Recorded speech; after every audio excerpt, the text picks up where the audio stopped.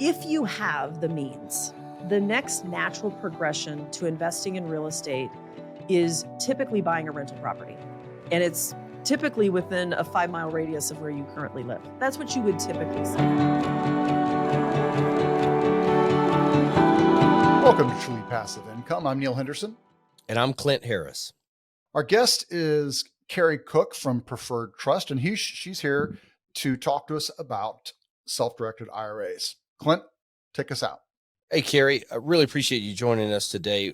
One of the scenarios that we're running into is that we have quite a few investors that are coming to us that have expressed interest in investing into alternative asset classes, specifically syndication or self-storage, or maybe they're looking at what we're offering, but they're also looking at multifamily or RV parks or whatever it may be. And a lot of the people coming to us have various different types of retirement accounts, and a lot of them have just maybe possibly heard about being able to convert those accounts to a self-directed IRA, being able to use those accounts to actively invest in real estate.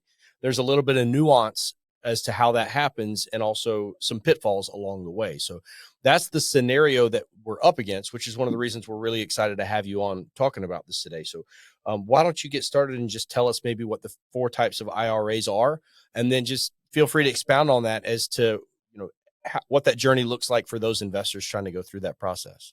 Yeah. All right. Let me unpack that a little bit. So we've got 4 different types of IRAs. I'm actually going to start with Roth. I'm going to start with the Roth IRA because, in my opinion, the Roth IRA is probably the greatest gift that the government has ever given us. And I know I put the government and gift in the same envelope while we're talking about tax sheltered qualified funds here, but it truly is. So there's the Roth IRA. Those funds going into your Roth are taxed before they go in and not taxed when they come out. The other 3 IRAs are traditional IRAs, SEP IRAs, and simple IRAs. That is an interesting scenario where it's not taxed going in and taxed going out. So those are the 4 types. Now, as far as these IRAs are concerned, there is your traditional IRAs. And when I say traditional, these are maintained at your big box custodians, your TD Ameritrades, your Schwabs, your Fidelities, and they only invest in stocks, bonds, and mutual funds. The alternative space is not something that they specialize in, which is why a preferred trust exists. We specialize in utilizing some of those IRA funds and kind of carving them out into individuals being able to invest them in alternative assets. But it requires working with an alternative custodian that will allow those alternative assets. So that's where preferred trust comes into play. So we're taking that same environment that you currently have your tax sheltered funds in, and we are converting that into a self-directed IRA. So you've got traditional IRA and you've got your self-directed IRA. Traditionals, stocks, bonds, mutual funds, self-directed, alternative assets. When I worked for a small business in Las Vegas, we had a SEP IRA. Now, what's the difference between a SEP IRA and a more traditional IRA? So SEP IRAs are usually for small business owners. So when I say small, I mean 1, 2, maybe husband-wife team. The reason being is because the SEP IRA for small business owners really kind of becomes your 401k plan, but you kind of get to put it on steroids.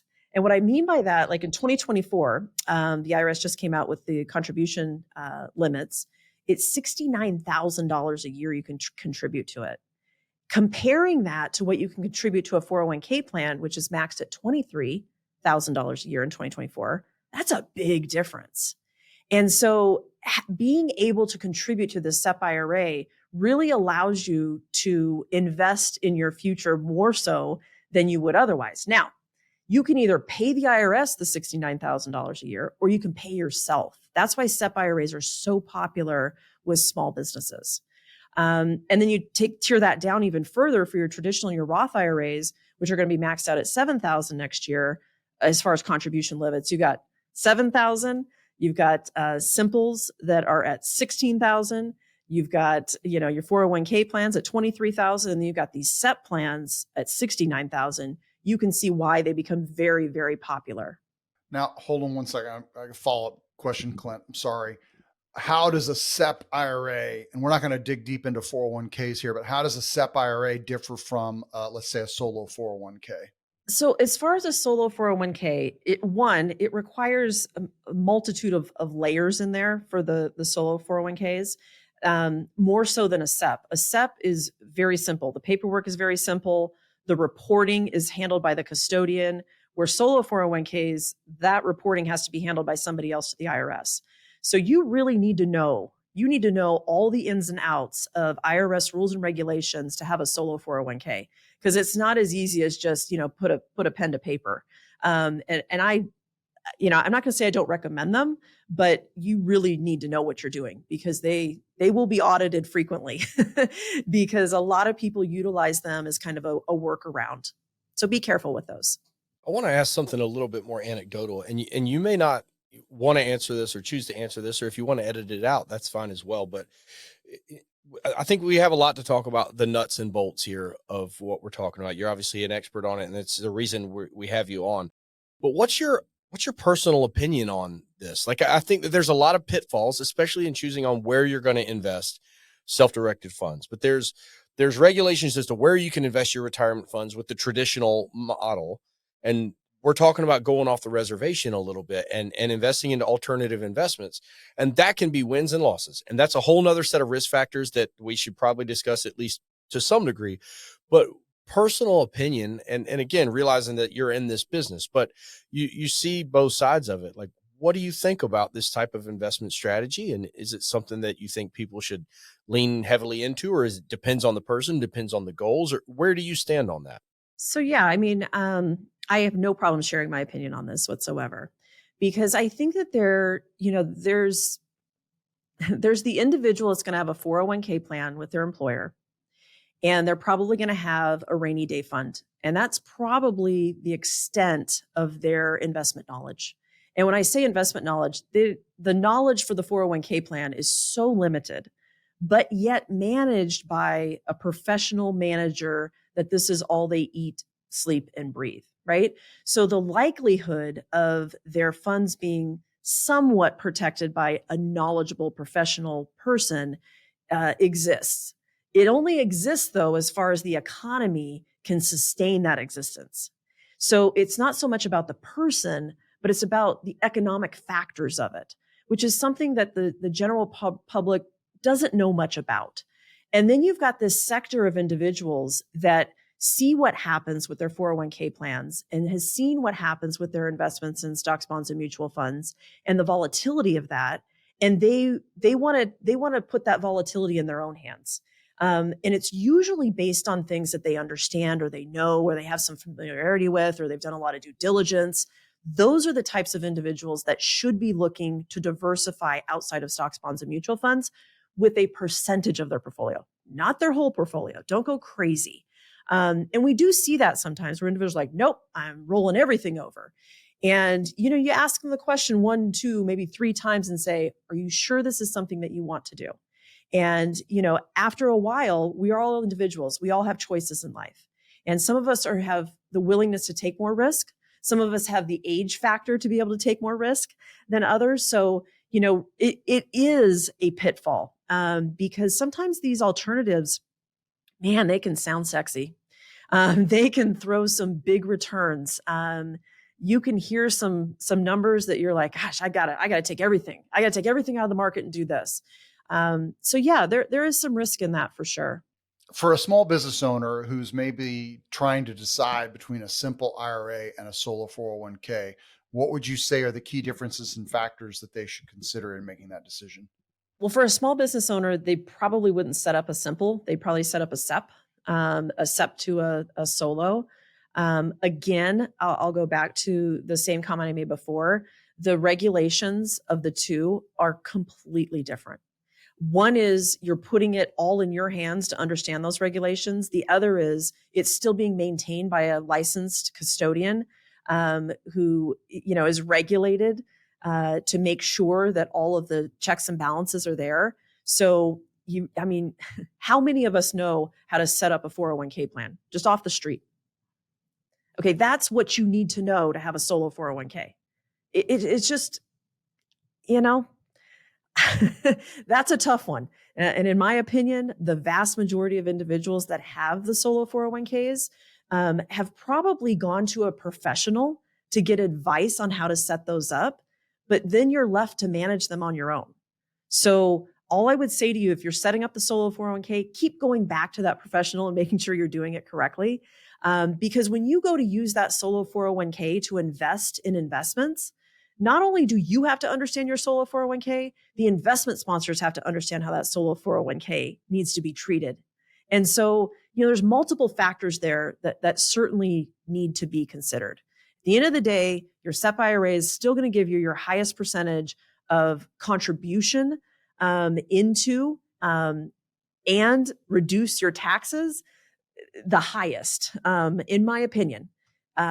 Because it's very simple math. The solo 401k is not as simple math. Yes, there are some tax benefits. Yes, the company will receive some tax benefits for it, but you really need to know how to report on that correctly. I think that's one of the most important things is that with a self-directed IRA professional, especially what you're really getting, you have to use an intermediary who's going to help you with that. But what you're really getting is the educational value, like the base level knowledge to understand what you can and can't do, how to get it. That's what you're paying for. Honestly, that's where the real value is, in my opinion. Of the people that have decided to get into the alternative investment space and your typical client, what are usually the top 3 or top 5 types of investments that they're looking at? And what are some of the really weird ones? Let's do a top 3. So top 3, I think, will always be real estate, will be at the top. I think that's because that is what most of us understand. The minute you buy a house, you quickly understand when you make a principal payment that you're adding equity. And so I think that is just a natural progression that people want to consider as part of an alternative investment for them, without having to go buy maybe another rental property. Maybe they do it through other means. Investing in storage facilities, right? That's a great example. They're like, you know what? I see these storage facilities, looks like a fairly simple model. Let me find a group that does this, and they have a natural fit there. The second is probably going to be precious metals. And I think a lot of the reason why we've seen that tier up over the years is because of the economy, because of war, because of, the instability of maybe what some feel, the government has. Like, there's a variety of different factors that elevate what individuals are investing in. From there, I saw a huge increase in digital currency. It ebbs and flows, right? Again, ties back to what's going on in the economy, what's going on with the government, what's going on, in the environment. There's so many different factors there. Small businesses, the weirdest. Oh my gosh, I see some very bizarre things. So farming is always a fun one, right? So investing in farming, you think would be an easy investment, except when they're buying livestock. And when you buy livestock, I know it sounds crazy. I can see the look on your face. You're like, what? The beauty is a lot of my personal investments come from what other investors invest in coming through preferred trust. And because I get the opportunity to see both ends, I get the opportunity to see all the investment documents and look into the company.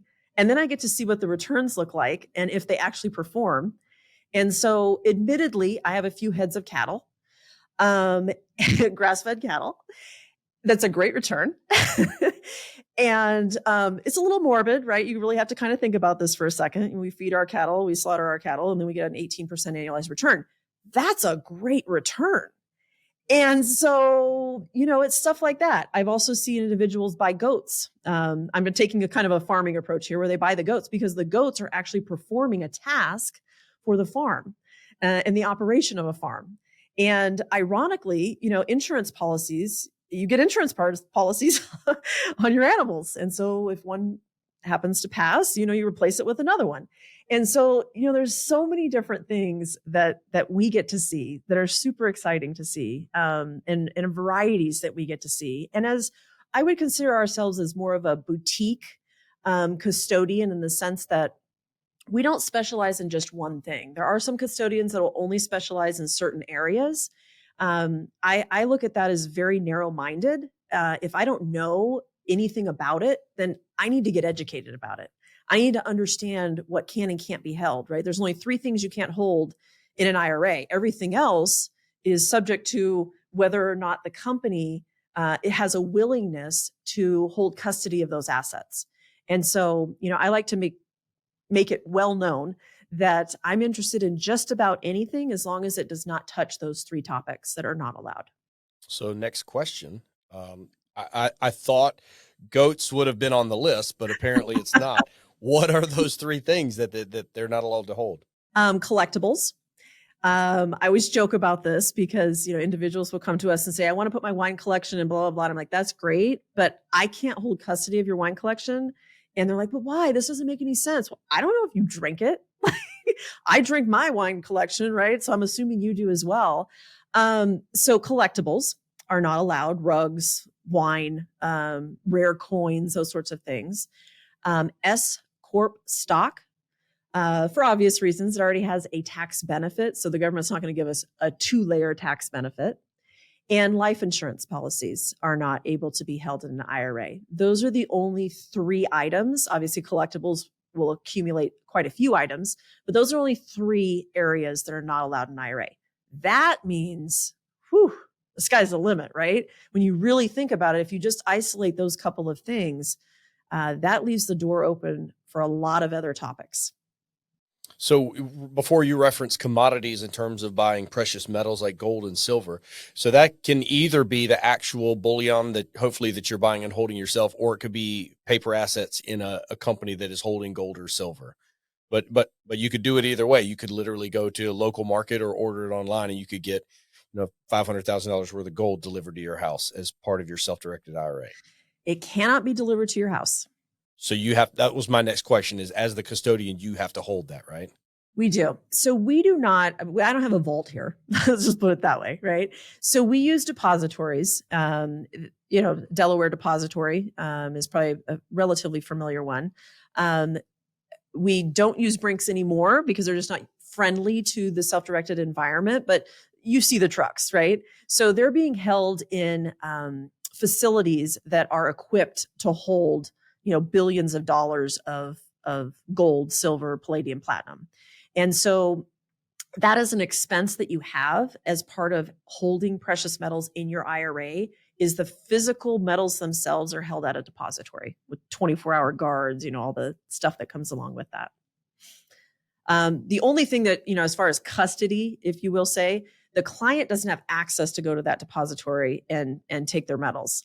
They do have to go through the custodian because we are the ones that are licensed and regulated to hold it under that IRA and report to the IRS the value of the commodity.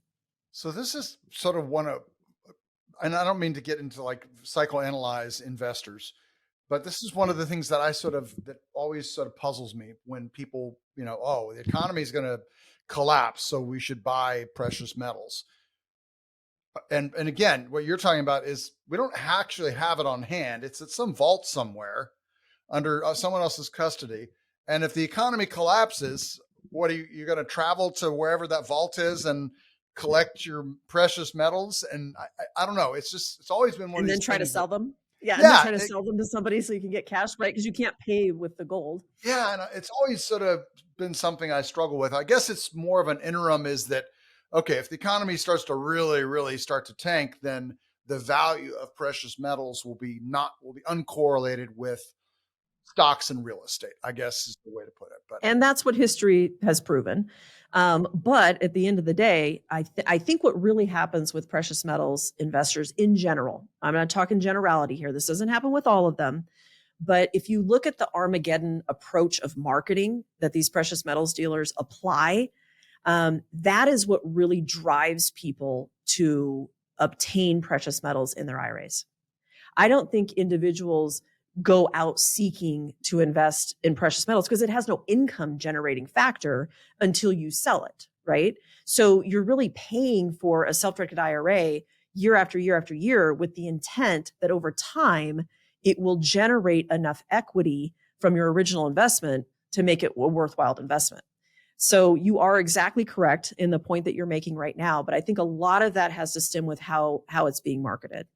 That makes sense. So I want to circle back to the number one on the top three list that you gave us. So, and this scenario happens with us quite a bit. We have investors that come to us that are interested in what we're doing. We specifically buy old Kmarts and grocery stores and big box warehouses, and we convert them to climate controlled self-storage facilities. But whether it's that, multifamily apartments or RV parks or ATMs or whatever it may be, a lot of people, especially with retirement funds, or at least retirement age, tend to seem like they are attracted to syndication because it can be, for them, completely hands-off, right? You have to have time, experience, and money to have success. They've got money, but they don't want to spend their time. They certainly don't want to get the experience of managing it. So they come to us, and a lot of those people migrate towards syndication because they want their money to do more work than it's doing in the market. They like the idea of it being in real estate that they can see, feel, and touch. They understand the drivers, especially in a local market as you're having growth, maybe near a certain facility. Outside of syndication, that's obviously, we're a little insulated. That's pretty much what we see because it's what we do. But people can take those self-directed IRA and they could go invest in an Airbnb property or single family homes that they manage themselves, and they can do the heavy lifting. I mean, can they flip houses? Can they do everything that you would typically do in real estate, all the different strategies? You can do that using these funds. Is that right? You can, but this goes back to, the savvy investor versus the naive investor. I'll compare them in that fashion, where if you have the means, the next natural progression to investing in real estate is typically buying a rental property. And it's typically within a 5-mile radius of where you currently live. That's what you would typically see. And when an individual buys a rental property inside of their IRA, it comes with a lot of rules that we have to educate the client about. Because when you buy within a 5-mile radius, your first idea is that you are going to be the property manager of your rental property, which is not allowed. The next rule is you're already a plumber. So when the plumbing goes bad, you're going to go fix the toilet. And well, that's not allowed either. And at some point they get a little bit discouraged because they're like, well, I'm trying to save money here. I'm not trying to, okay, well, that's great. But that is a prohibited transaction tied to that rental property. So what we have seen over the years, now there's been eras of fix and flip, right? Where that was gangbusters and then accordions back in and then it accordions back out. So we see the fluctuation of that come and go. But I think the vast majority of individuals are actually investing in the syndications now because of the fact of the same principles that I applied with 401k plans. They're looking to find professionals that this is all they eat, breathe, and sleep, right? They're looking for individuals that specialize in a specific area of real estate so that they can have that hands-off passive investment, just send the income back into my IRA and let it be. But there are some pitfalls in that as well. Not all syndications are set up the same. And so that's why it's so important that Preferred Trust reviews the documents to find out how those syndications are set up, because they could potentially have some tax consequences to your tax sheltered IRA. And that is what I'm talking about there is UBIT and UDFI. So some of these syndications leverage their syndications, and it creates an environment where the IRA actually becomes subject to additional tax consequences that may or may not be disclosed to them by the syndication. So that, again, it's just layers and layers and layers and layers and layers, which is why self-directed custodians exist. Our job is to understand all those nuances and try to protect you from yourself. And quite frankly, I spend the vast majority of my time educating the investment companies on this regard. And out of pure frustration, when I tell the client, hey, just so you know, they leverage this fund by 50+%. That means 50% of all income that you generate from this investment is taxable. And they're like, what do you mean? Taxable within my IRA? Yes. And not only that, I'm going to have to file taxes on it. So I'm going to have to charge you to file the 990Ts each year. And so it starts steamrolling. And so there are a bunch of nuances in any type of investment that you have to be aware of. Wow. Yeah. See, again, that goes to the value of what you're getting, right? It's not just someone to help you convert your account from one type to another. So given the example of, we have someone that comes to us and is interested in putting $250,000 into a project or a fund that we have going on, and we have someone, we send them to you. And so through the process of you walking through what they can do with their account, you're also looking at the opportunity and looking at any liability they're going to have as a result of that, and help educate them of what that really means. Like through, I guess, are you reviewing the private placement memorandum, the legal, the operating agreement, subscription booklet, all that stuff? That's part of your services as well, to look at, hey, this is what exposure you might potentially have because of this offering. So it stops at the last comment that you made. I have always run corporations under the idea of client advocacy. And, if you see something, say something. And so one of the things that we do, or we require, and some custodians do, some custodians don't, some are a little bit looser on this, but I have run companies that have investment strategies associated with them. So I know what to look for. And I have the ability to train my staff on what to look for because I'm familiar with it. That's just where my career has taken me. And so, yes, we look at the private placement memorandums. We look at the joint venture agreements. We look at everything, and we know what to look for, and just hone in on those items to make sure that everything is in place. If it is a filed or registered SEC product, we actually check. We check to see if it is or it isn't. We don't just take it on face value.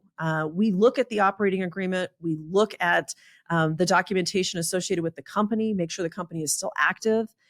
So we do some preliminary checks and balance on our side, because here's the reality. Not only is the client working with you, I'm working with you.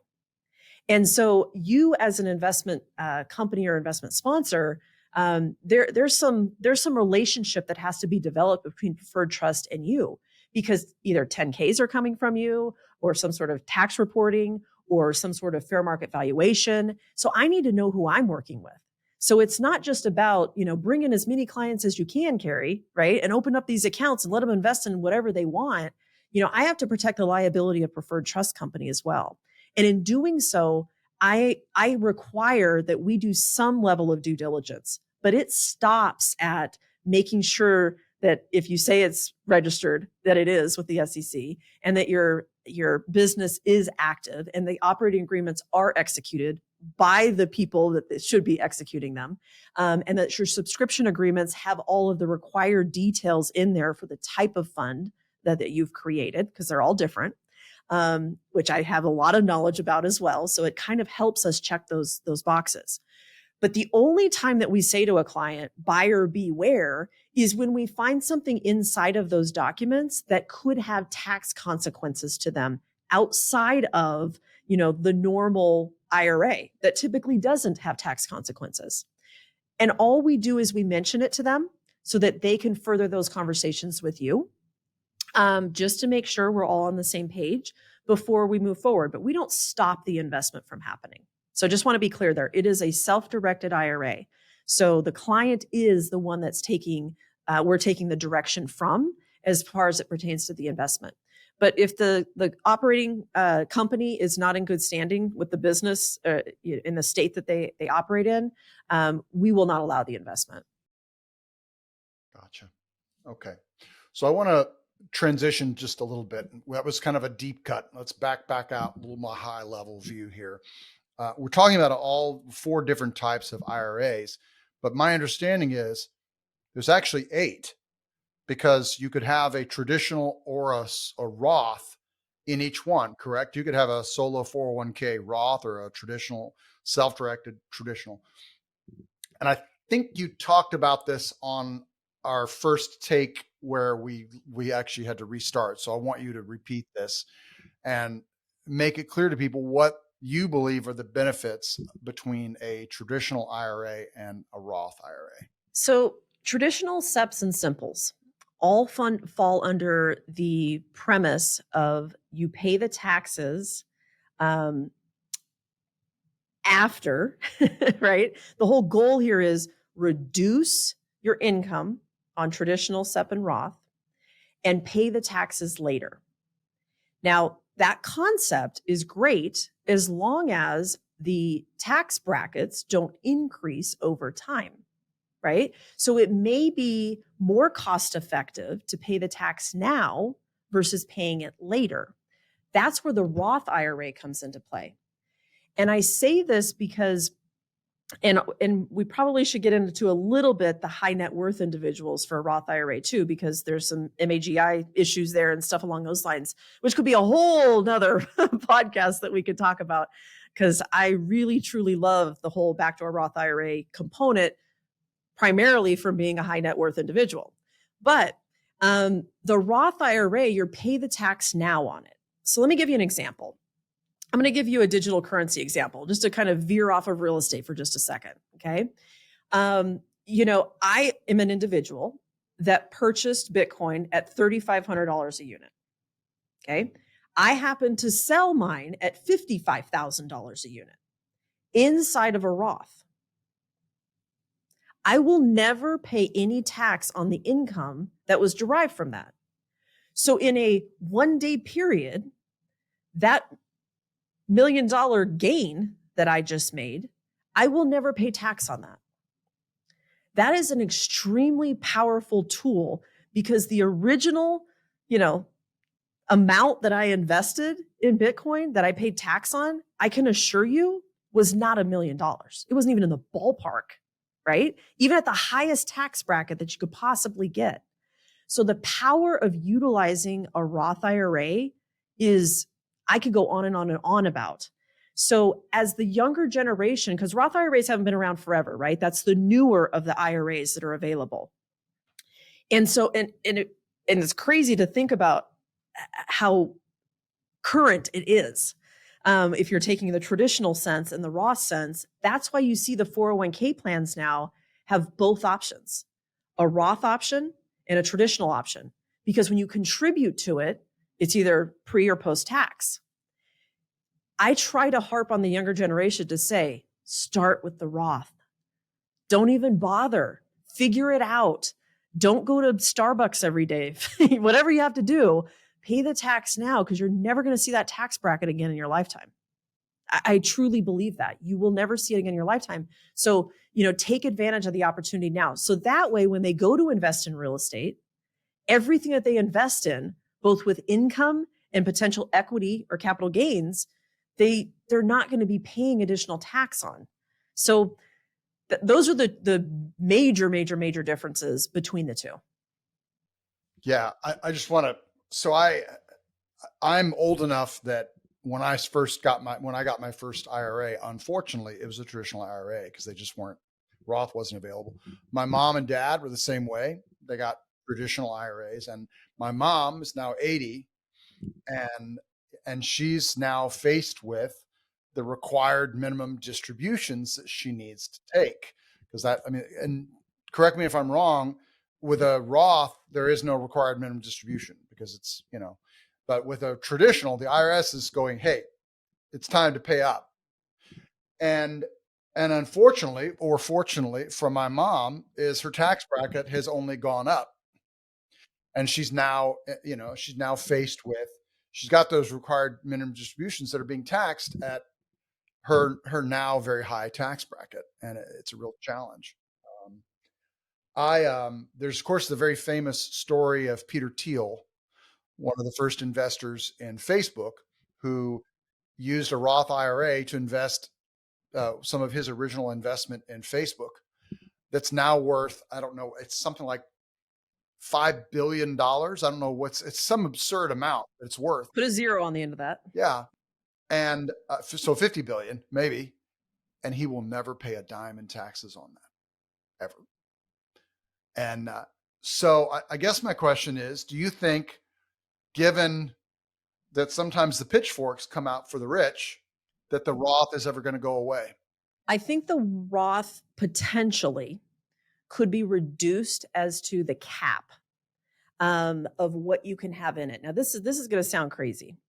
I did a stint in I was a PAC treasurer one time, a political action committee treasurer, and for a Fortune 500 company. I have a weird background, but nevertheless. Yeah, we were talking beforehand. You've got a very weird background. I saw what the power of making contributions to political officials achieve.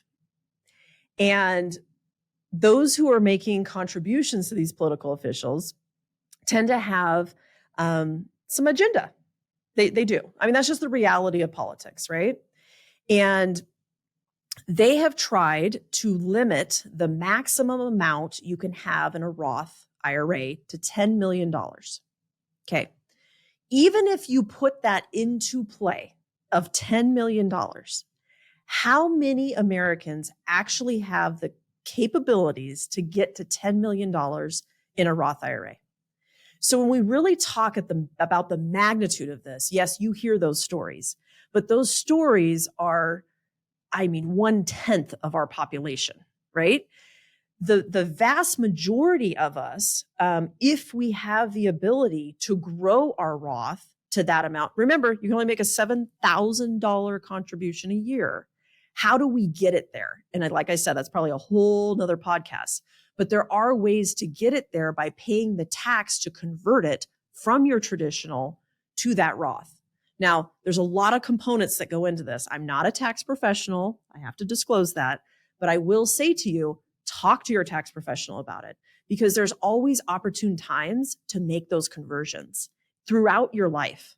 This isn't, and I'm not saying you should do this with your mom who's 80 years old. I'm not saying that at all.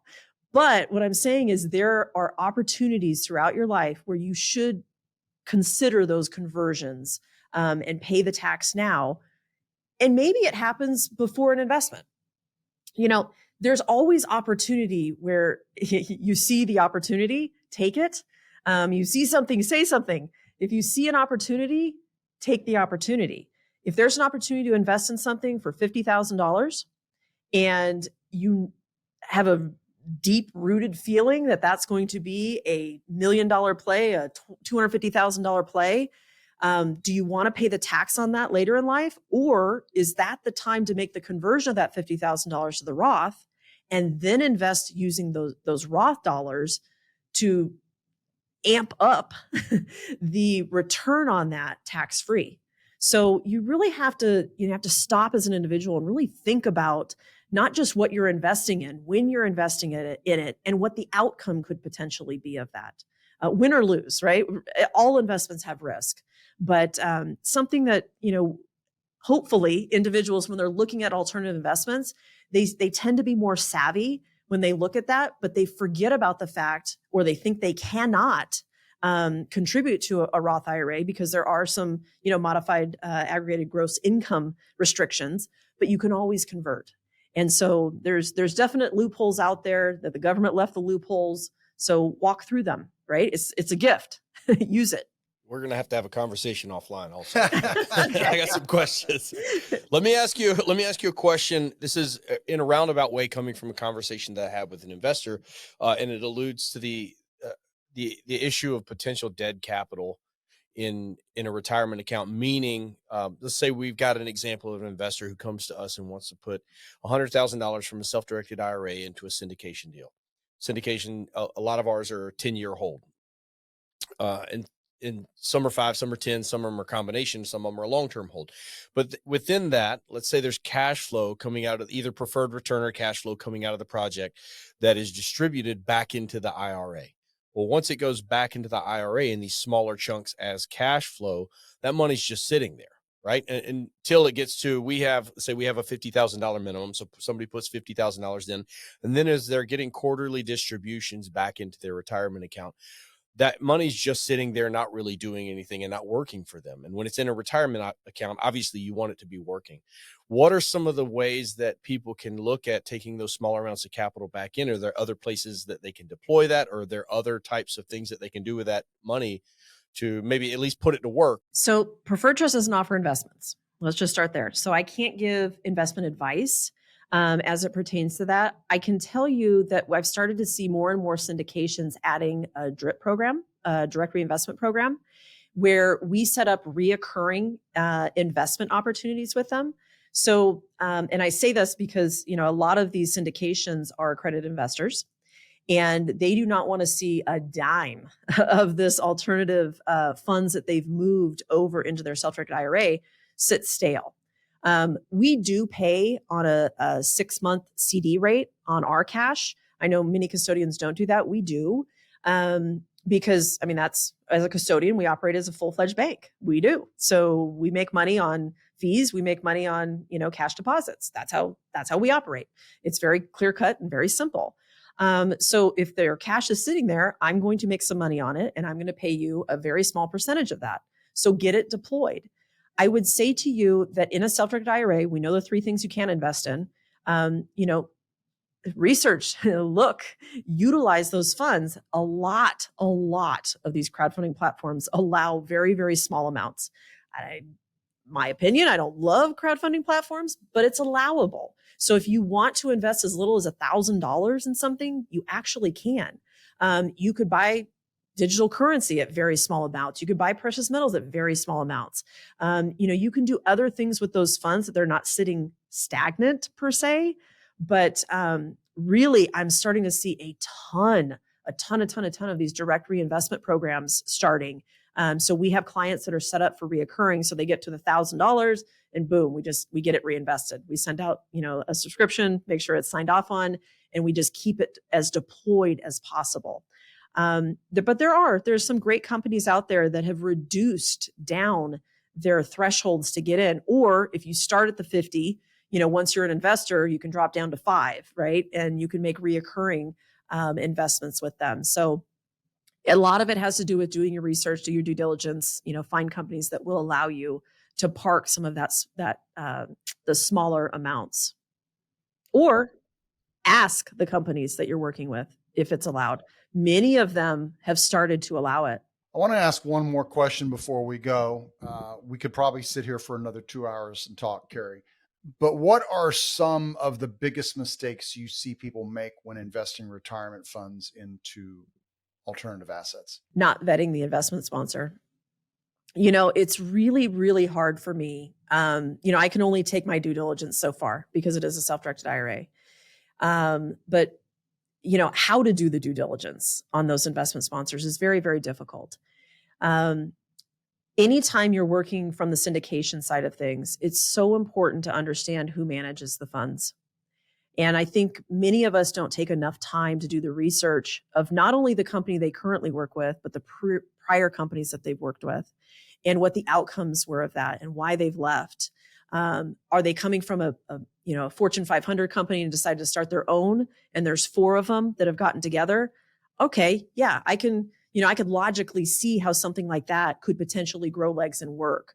Or is it an individual that had 4 companies prior to that, like dig deep, that, was investigated by the CFTC or the SEC, or they've got, some sort of broker check that's not checking out right with FINRA or something. Do your due diligence. Like, the World Wide Web is a monster. It could be good. It can be bad. Dig past the first page, past the second page, past the third page. Find out who you're working with, because when you're working from the syndication side, really the onus is on the people that are running it, not the assets that are contained within it. And the assets that are contained within it are only as good as the people that are managing them. And so if you're not directly investing in the collateral itself, where you have possession of it, you better darn well look into those people behind it. Carrie Cook, thanks so much for sharing with our audience today. If people want to find out more about Preferred Trust and what you do, what would be the best way for them to go about doing that? Go to our website, preferredtrustcompany.com.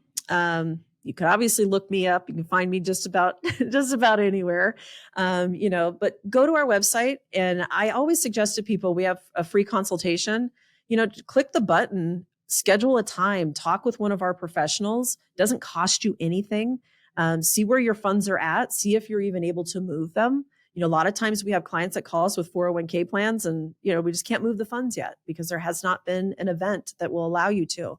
Like, just talk to us about it. Let's see what you have. Let's see what the situation is. But first and foremost, find your alternative investment first.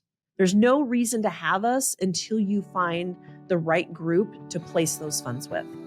But check us out on our website. Thank you so much for listening and watching the Truly Passive Income podcast. If you liked the show, if you think it would be useful for someone else, the greatest compliment that you could give us would be to share the episode, leave a comment down below, or leave us an honest review. If you have any questions, don't hesitate to let us know down below. And remember, with truly passive income comes freedom of time, place, and the freedom to pursue your higher purpose.